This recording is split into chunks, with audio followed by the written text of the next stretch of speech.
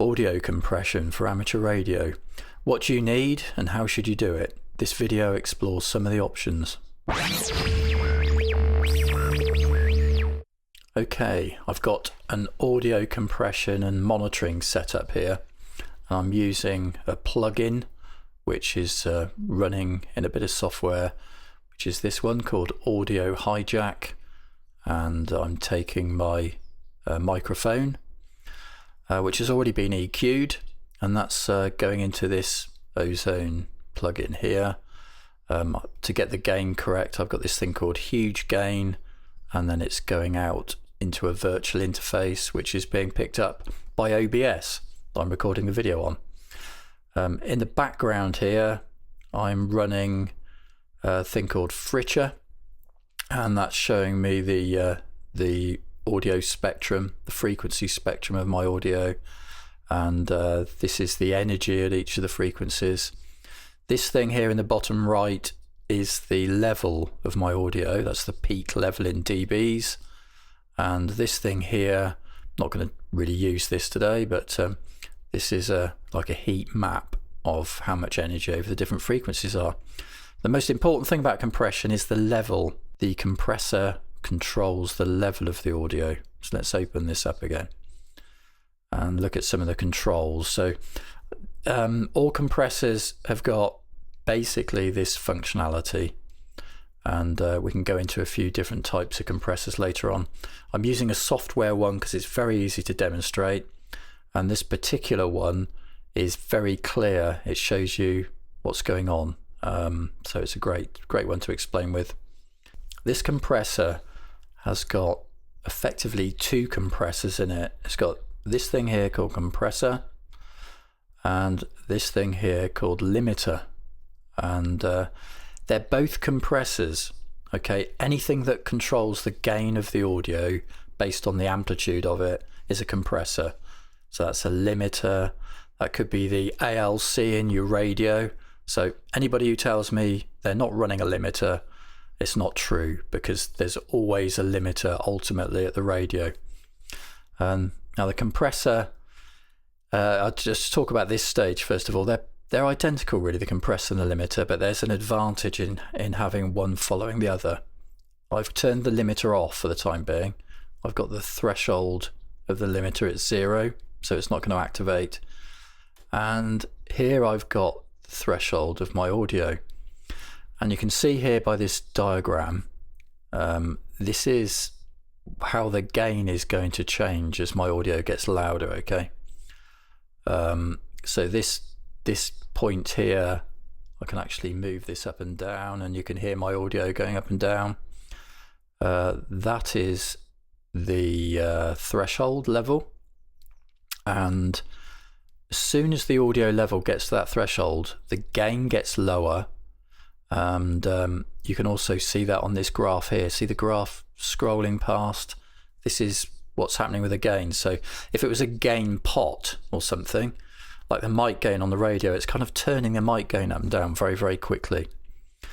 You might also just about to be able to see there's a curve on this, on that threshold point, and that's called the knee. So if I move this knee up and down, you might just about to be able to see that straightening up, and in fact it looks like I can grab those handles there, just move that knee up and down, and that's how smooth the gain changes when it reaches the threshold. Okay, and that affects the quality of the audio. If I turn the knee right down, you might hear it getting very slightly louder, a little bit more in your face kind of audio. I'll turn the knee back up, and it just smooths it out very slightly. There's another option in here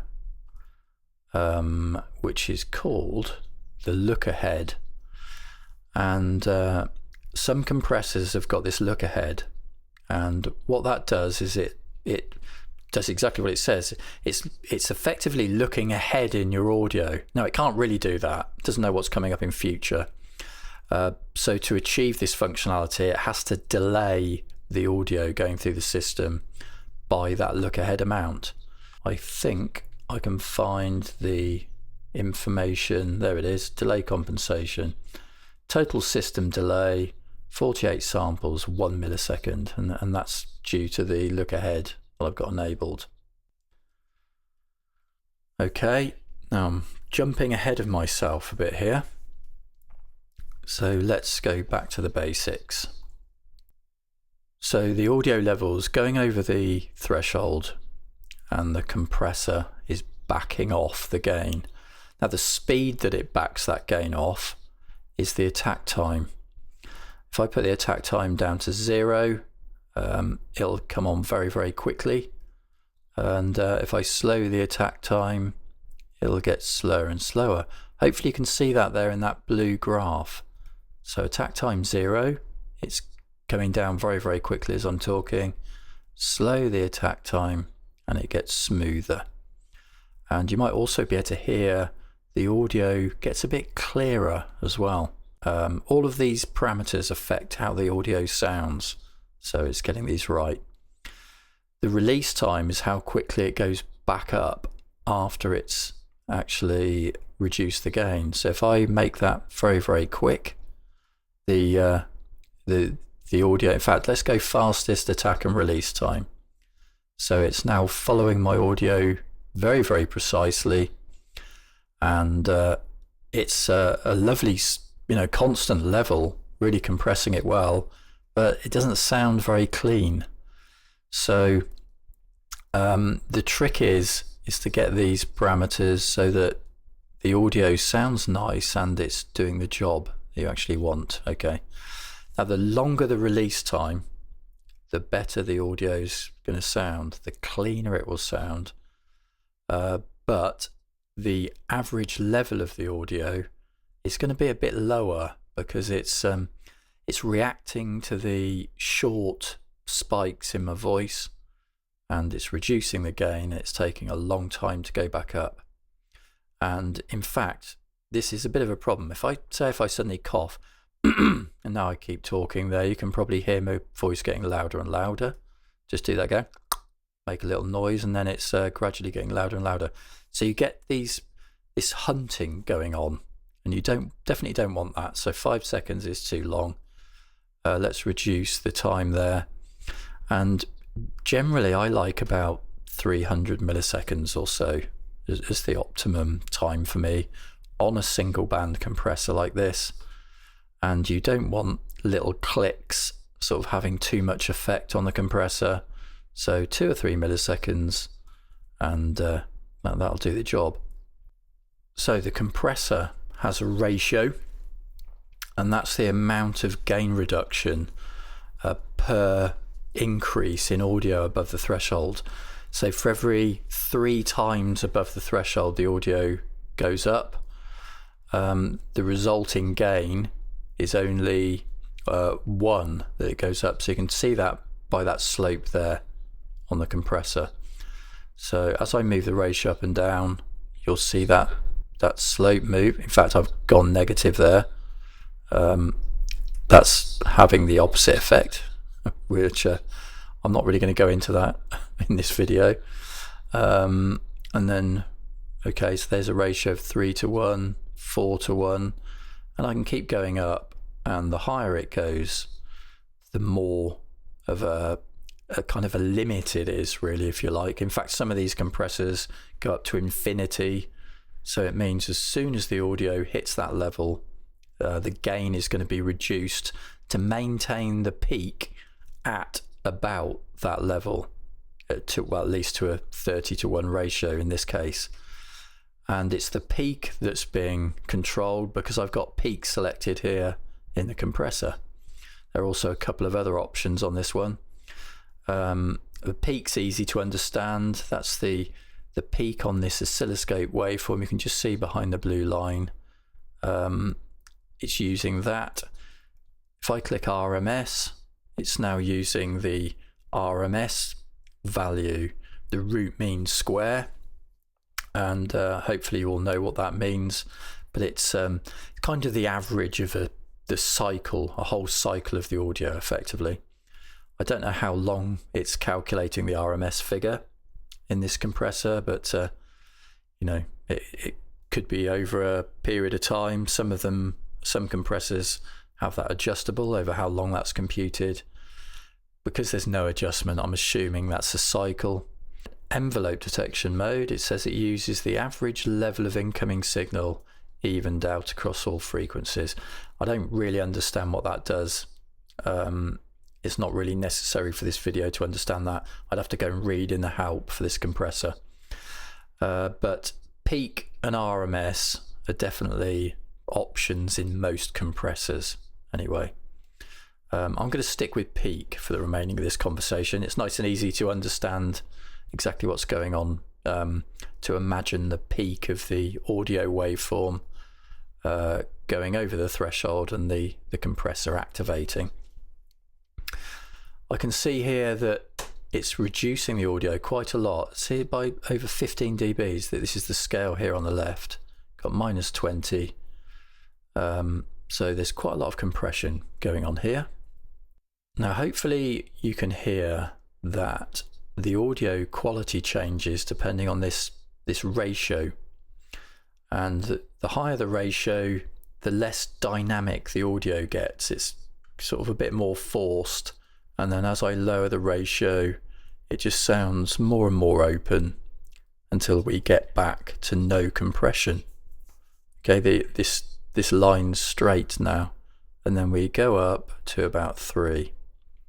So it sounds more open, the lower the ratio, and this is the difficult thing to get right, really. You have to control the levels, but to do that, you're going to affect the dynamic range of the audio, and that's going to have some effect on the quality of the audio that you're listening to.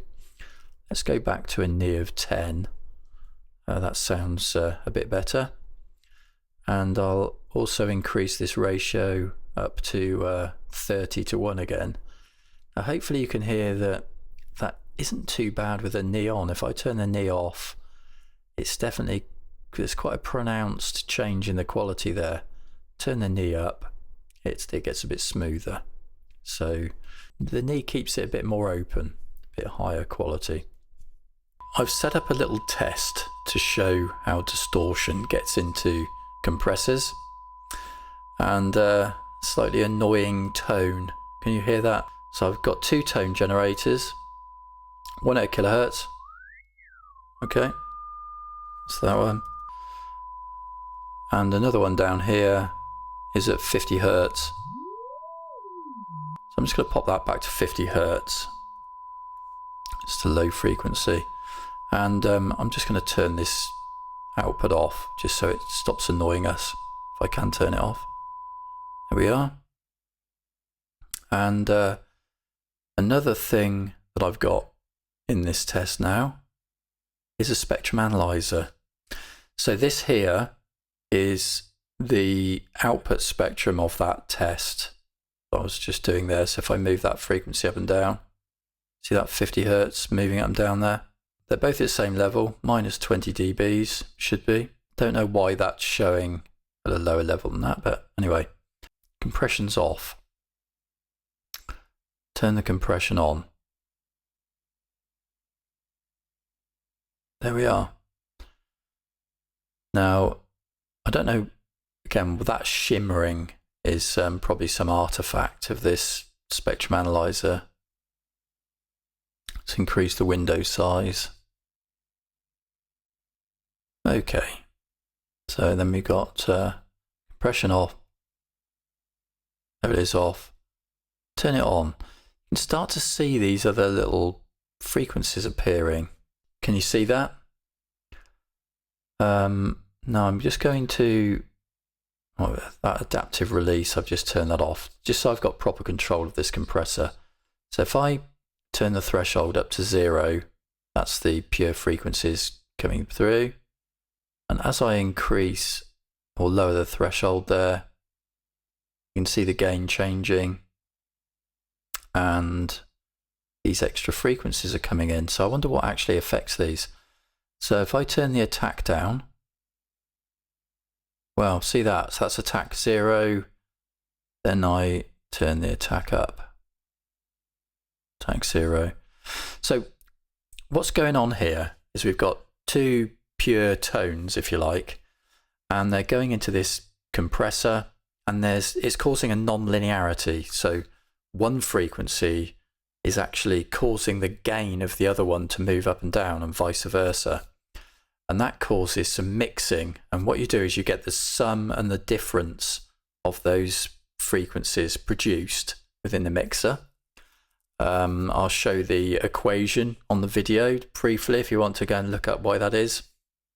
And also those other products, which I call them, the sum and the differences, those products then spread out and they also mix together and they produce other sum and difference frequencies and so on.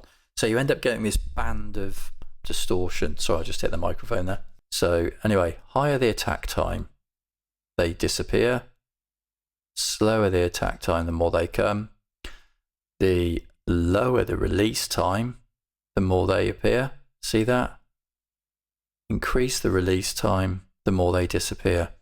So that's the gauge on our audio quality. That's explaining why when we lowered the release time, it sounded a bit rougher. It sounded smoother when we increased the attack time. Just try the knee. So there you are. So see the knee is at 0. We've got that effect there. Increase the knee. Just lower slightly. Don't know if you just saw that come down there. I just want to show you what happens when using the look ahead. So I've got this set up here. Let's just get a few more harmonics in there.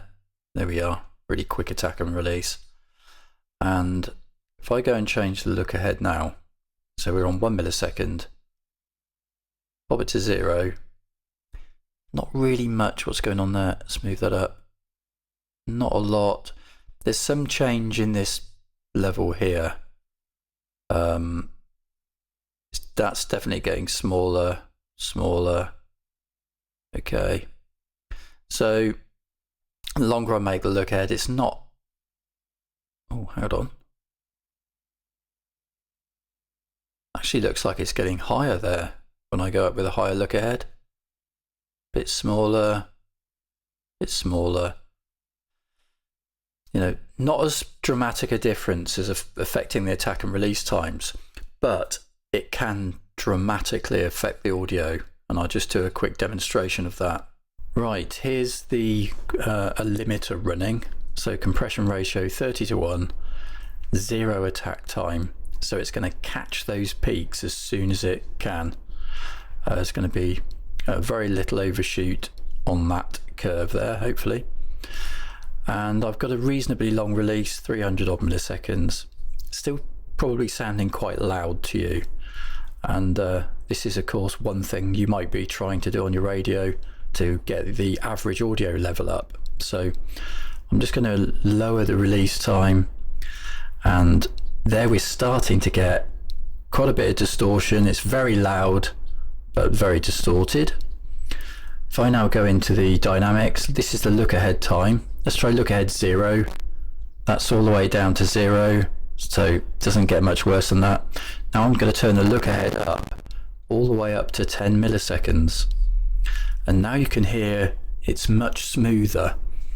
So that effect of effectively looking ahead in the audio and backing off the gain before the peak arrives, it stops a lot of that mixing, a lot of those mixing products, and just sounds much cleaner. So for a limiter particularly, or for an aggressive compressor, the look ahead can be very, very important. So if you've got it in your compressor, I would use it. That small delay, I'm just going to turn the attack and release time up a bit.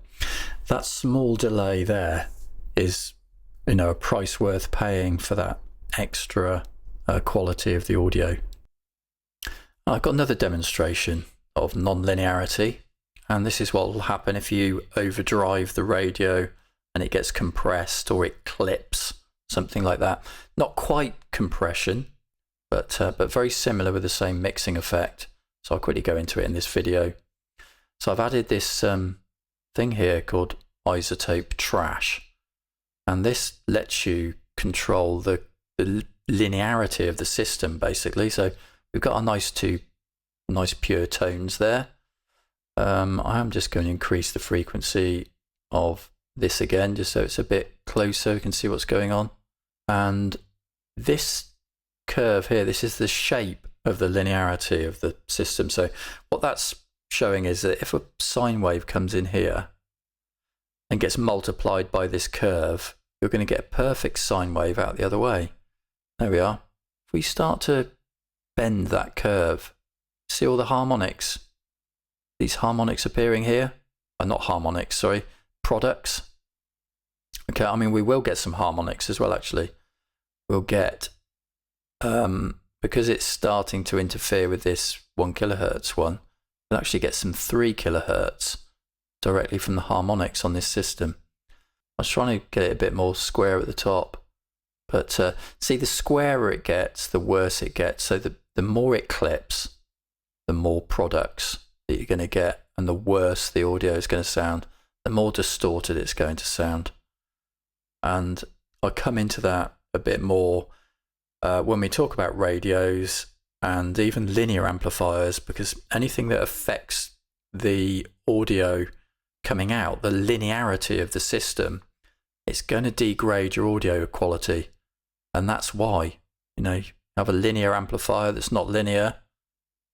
That's what happens to your audio.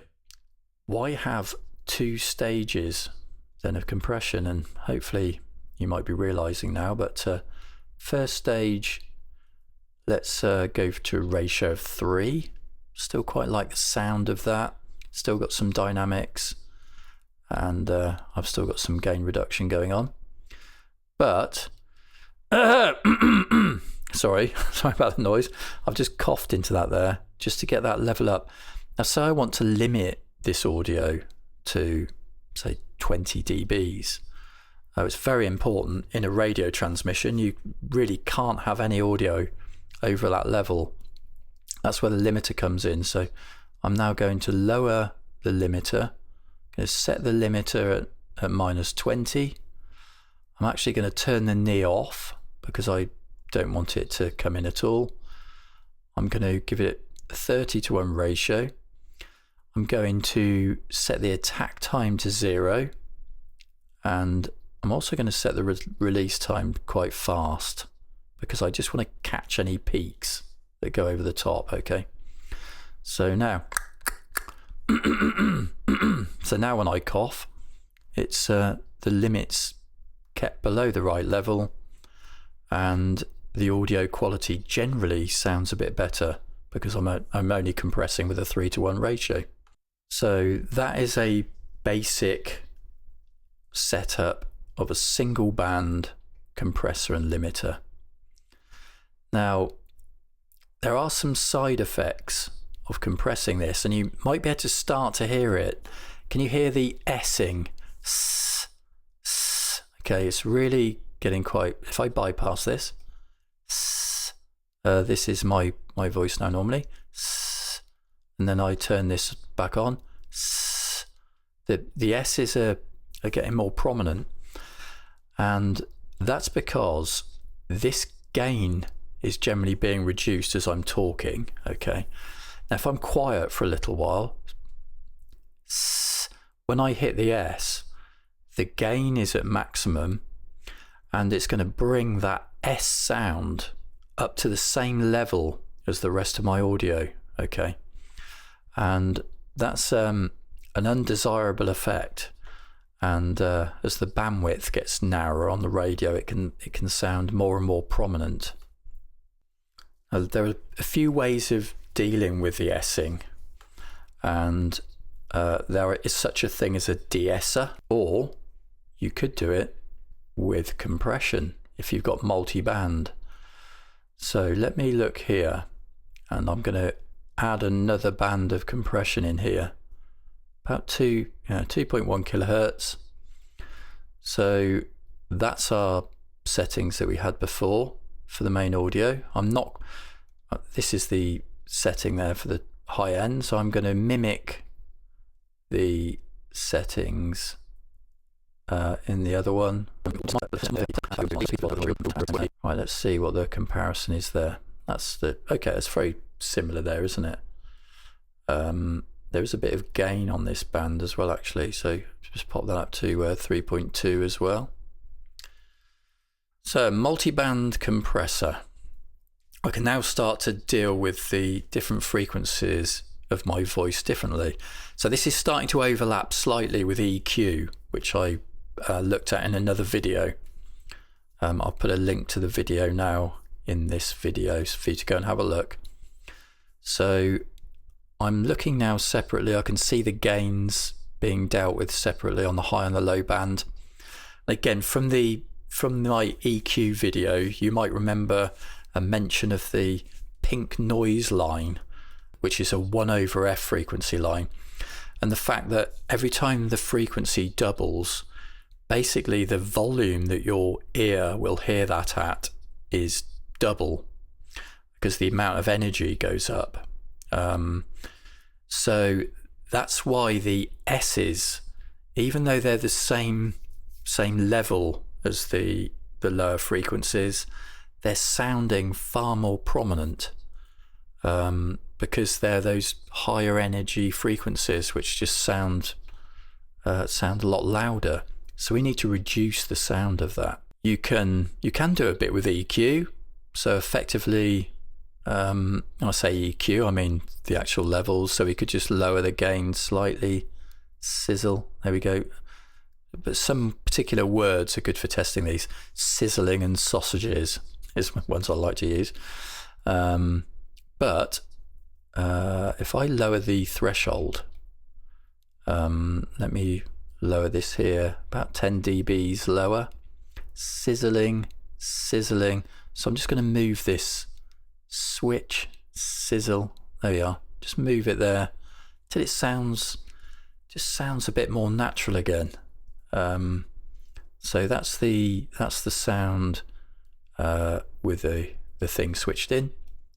Now I've just bypassed the EQ, switch and sizzle. That's it sounding there. Then I put this in, sizzle, switch. Okay, so that's a good use of a multi-band compressor, and you can play with these frequencies that it crosses over. Sizzle, there we go. Maybe that sounds better at this bandwidth.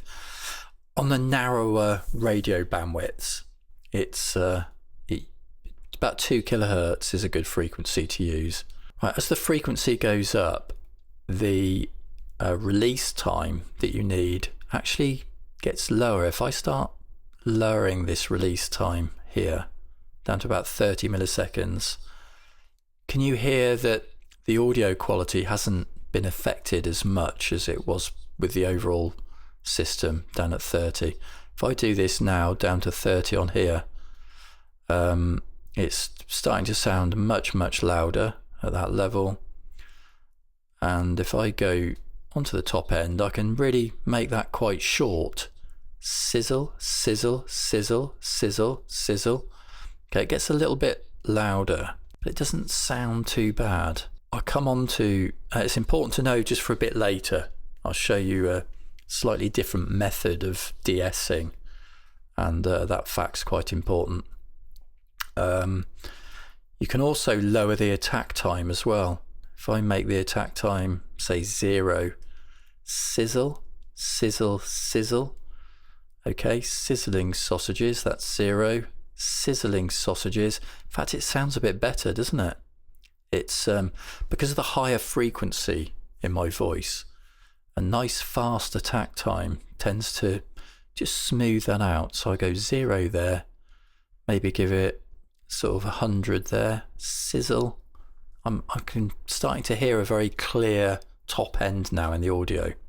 The other advantage of this is there's no effect on the high frequency gain from the lower audio frequencies, because they're being dealt with separately. When you modulate one frequency with another, it's a mixer, okay, and that's how sidebands are produced. So with the single band compressor, as that low frequency is being introduced, and it's modulating the high frequencies by turning the gain of the compressor up and down, it's actually causing intermodulation distortion effectively, and vice versa. Those high frequencies, depending on the level of them, are going to start moving the low frequencies up and down a bit. That's less prominent actually, because generally the lower frequencies are at a higher level than the high frequencies, because it's following the pink noise line very vaguely. But you get the idea anyway. So the more bands you add into a compressor, the more separation you get, and the less each frequency in your voice interferes with the other and causes distortion, so you can get a cleaner sound. The disadvantage, if you start putting too many bands in, you get the EQ being varied all the time effectively, because what you've done is you've leveled up artificially all the frequencies in your voice in a certain region. So 3 or 4 bands of compression strategically chosen, I think, is best for the voice, for the human voice. And that's because you've got this region at the top, the S, you've got the airy SE region, you've got the mid band in the voice. Let me add another band here. Okay. In fact, I'm going to just pop. So I'm going to make the crossover there about 160. The voice is kind of naturally split into these 3 sections, really. So I'm going to give that a bit of gain just to make it the same, roughly the same as this one as well. So the voice is split into 3 sections. You've got the low end, which is the rumbly part. There we are. We've got the mid-range, which carries most of the voice information, and it's in this region that the clarity is most important. So when the low end's in there, if that's got some distortion, let me turn this one off again. Okay, if that's distorted down the bottom, I think you'd have to be superhuman to be able to hear that. So let's unsolo that. And then the region in the top is all the airy stuff. There it is there. So just about hear what I'm saying. Depending on where that is, it'll become less and less decipherable. Okay, I'll just turn that off. Right. So the distortion in the top end isn't that important either. You can't distinguish much between all those different frequencies going out to 20 kilohertz. So this mid region, a knee is very important. Slowish attack time, nice steady release time, and now we've got this lower region, we can catch plosives. So a plosive is when there's a burst of air from one's mouth into the microphone and it causes a pop. So now we've separated it, we can actually reduce that effect. Okay, so I might actually have a bit of a higher ratio. I want a quicker release time because I don't want to knock all of the low end out when the pop comes in. I want a really fast attack because I want to catch that pop. Okay, and I might even lower the ratio slightly to catch that as well. And definitely want the peak activated. So plosive, postman pat, So hopefully now you can hear I've taken some plosives out of the voice. I've got a nice clear mid-range, and the S's are dealt with. Okay, that is normally what's being done with a multiband compressor. Now there are other areas of the voice as well. So chop, chop, chop, chop. Can you see that's about 2.5 kilohertz there? So I have done some profiles where I've added another band in there, so I can do some chopping. So now I've kind of I've got less chus. I'm now dealing with the 4 sections of the voice. I've got the low end, which is the rumble and the plosive. So I'm removing the plosive. I've got the mid-range section, which is where all of the clarity is required and the information's needed. I've got this other section up here, the ch section, I would call it, which generally it's part of the voice section really. But if I'm quiet, so the gain comes up to a maximum, and then I go ch or switch, that just catches that and it gets rid of an unwanted noise in the voice. And then we've got our high region, which is catching the S's and smoothing that region out. Now you might be able to find other bands of compression that you'd like to use, but for me, 4 maximum. If you start, in fact I can't add any more in this compressor. If there's a particular unwanted frequency, you can use a dynamic equalizer. Okay, right, now I'm going to go back to a single band, and I saved the single band earlier, I hope. Putting compressors in series is a very common thing to do. So we just looked at multiband compression. A very similar thing can be obtained with 2 compressors. So there's my first level. Now the best way of thinking about this is using compression for different purposes.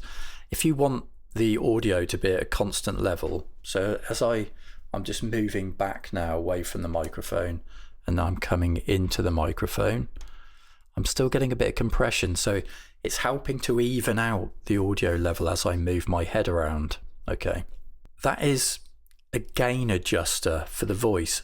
It's not trying to lower the dynamic range of the voice. It's not trying to cut these peaks off of here.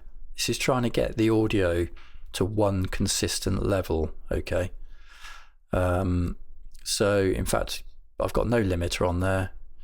I want to normalize the audio to about 30 dB. That's fine.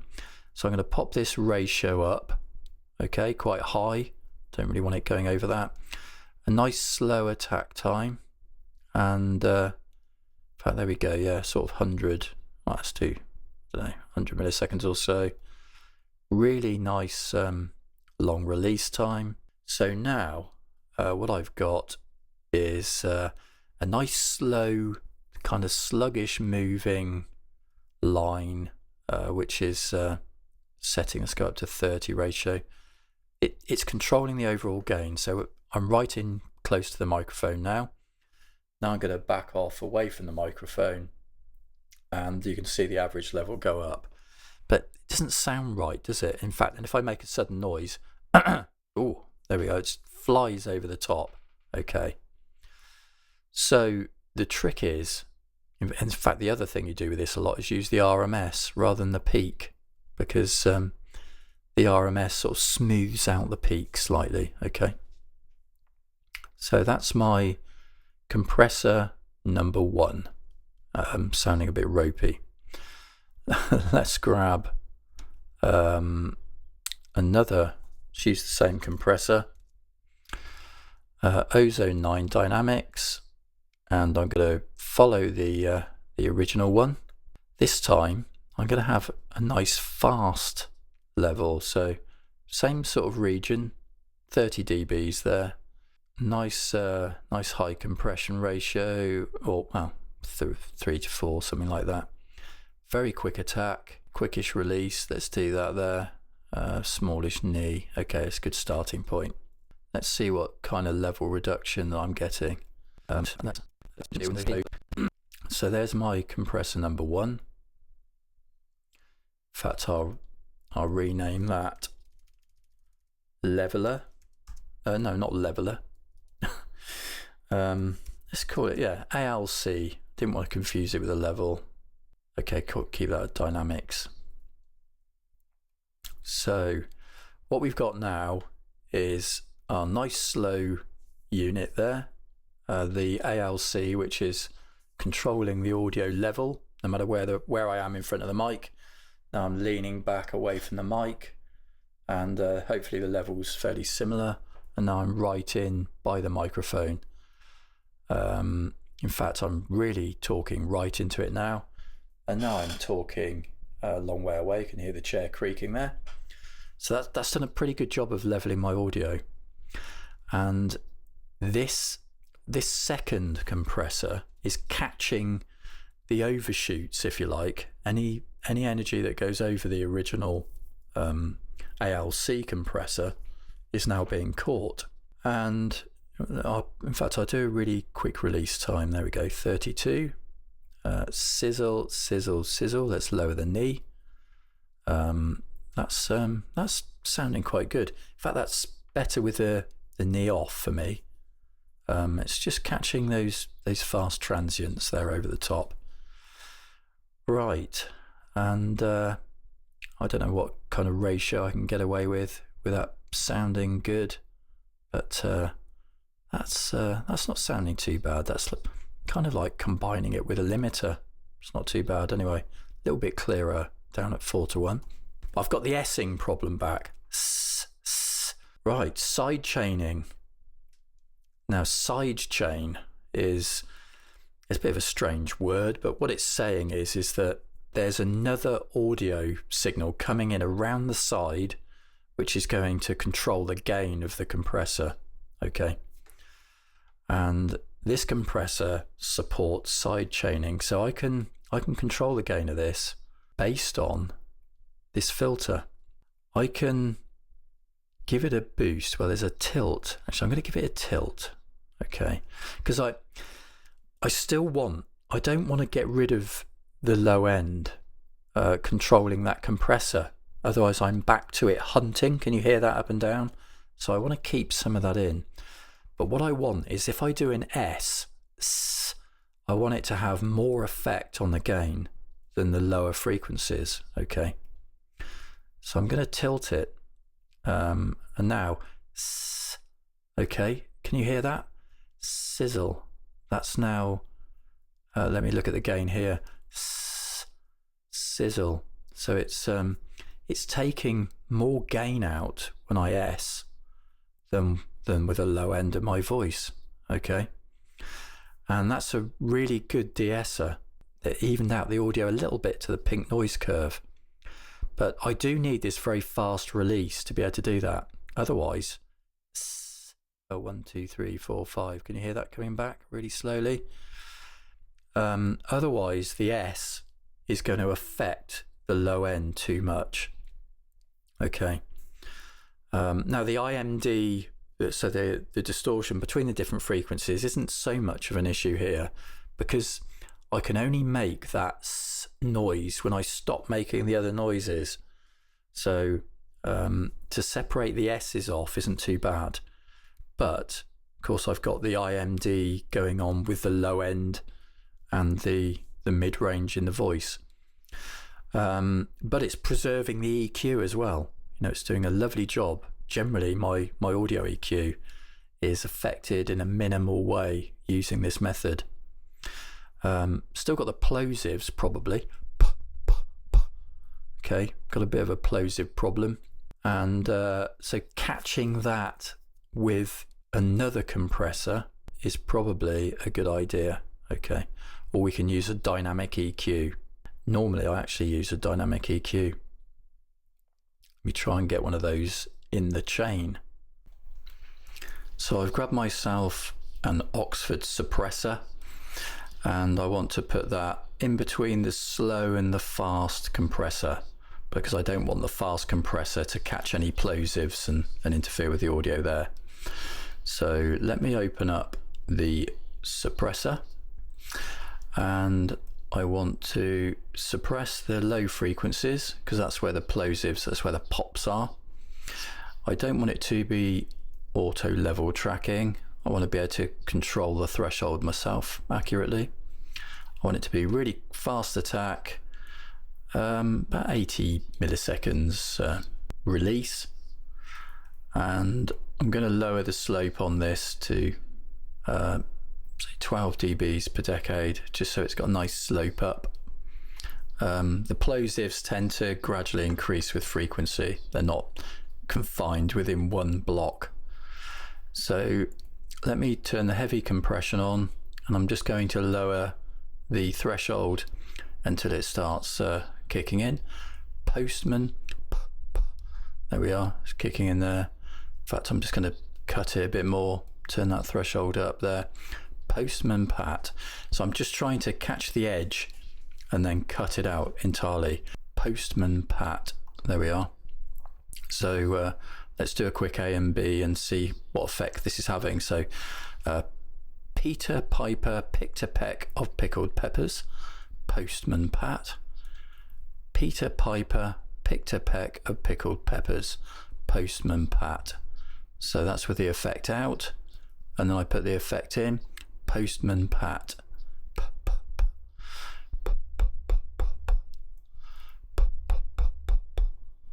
Okay, it looks like the other compressor, the slow compressor, might actually be catching the plosives. Send the effect in again. See how that's getting lower over time. So what I'm going to do is go into the ALC. I'm going to add a high pass filter. So I don't want anything below, let's say 250 Hertz from affecting this slow compressor. So now that shouldn't affect the level there. Let's just do a quick check with the filter out again, just to see, check that sudden effect. No filter. So see the plosives having an effect there. Let's get rid of those. High pass.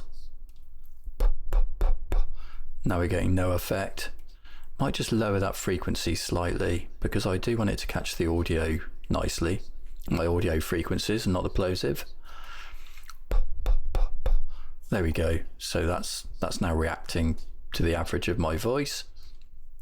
And let's try again. Peter Piper. Okay, see, that's now catching that plosive every time. Great stuff. Right, so at -25, it's not really catching my low end very often anyway.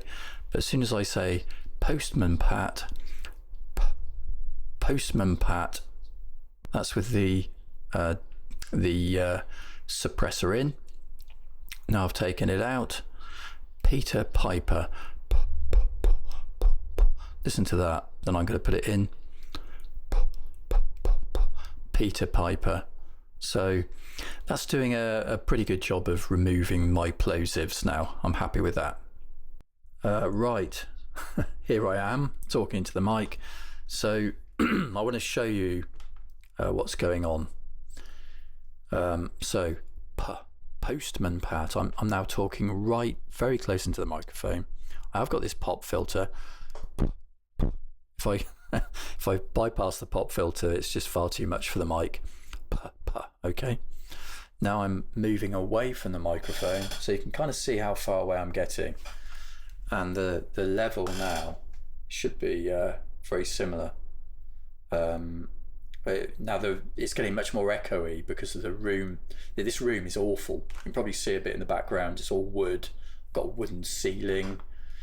But as I come in closer to the microphone, because the compressor gain drops, it's taking away all of that for me.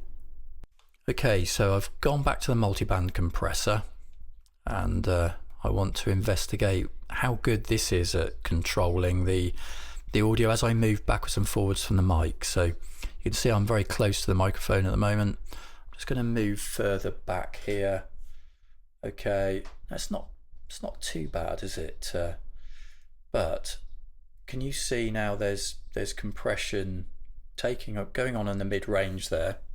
It's happening there in the mid-range, nowhere near as much in the top as well. So the balance of the audio is going to be changing, whereas it wouldn't have changed very much with that the ALC followed by the fast compressor. But it still sounds very good. Okay, so I've now switched over to a compressor chain that I quite like to use, and it uses these things called Empirical Labs Distressors, and these are models of physical hardware. These are apparently very accurate models. The way this works is I have compressor number 2. I've got it very fast, so I've got quite a quick release time. It's on nuke mode, so it's hard limiting. Literally any audio that goes over a peak level is going to hit it hard. Quick release time. The attack time, it can be, well, maybe a little bit quicker. Let's just speed that up slightly. And this filter there is side chaining the S's. So my S's, as you can see there, are reducing that a lot. Now the first compressor here I've got set to opto. So this is a very slow compressor. So this is going to do the ALC control. And an opto compressor is a type that uses the brightness of a light bulb to control the gain of the compressor. So the audio energy lights up a light bulb, which has got a very slow response, depending on the size of the filament in the bulb that needs lighting. And that then controls an opto detector, which backs off the gain. So this thing here, if I just control the attack and release time, and this hasn't got a threshold on it, if you notice that. The threshold's fixed. So to get more compression, you have to up the input and then lower the output. So I'm just going to up the input. That's far too much there. So I'm going to up the input there until I'm sort of getting a reasonable level there. And let me just increase the output just until I see I'm just starting. I want a good level of S on this compressor, but not much with my voice normally. So it's using the average level. The other thing I'd like to do is not really be affected by the plosives. Okay, so that's really knocking down my average gain. I don't want a plosive to make my audio duck and then come back up again. You know, like, and then as I keep talking, do you hear that? And then as I'm talking, coming back up. So there's a high pass filter on here. So now when I get the plosives, it lets them through that compressor. Doesn't cause any ducking. Sizzle, I've got my de-essing on there. I've got very good average level. So I'm now moving away from the mic and I'm coming towards the mic. So the only slight problem I have got is with the plosives. So I turn on a dynamic filter, plosives, the levels have changed, so just need to lower that very slightly. Oh, it's not actually going through. Oh no, it is, there it is. Don't know what's going on. And that there is, you know, a good dynamics chain. Quite like the sound of that. Maybe not quite the same separation as with a multiband. In fact, I can quickly do an A and a B. So that's that thing there. And this is the multiband. This sounds more open to me. So I do prefer this one as I'm talking now. There are lots of things to play around with. Anyway, it gives you some good options to do the controlling of the plosives, the essing, the levels, and get that separation. Stop one frequency from interfering with the other. Thanks very much for watching, and please like and subscribe if you enjoyed the video.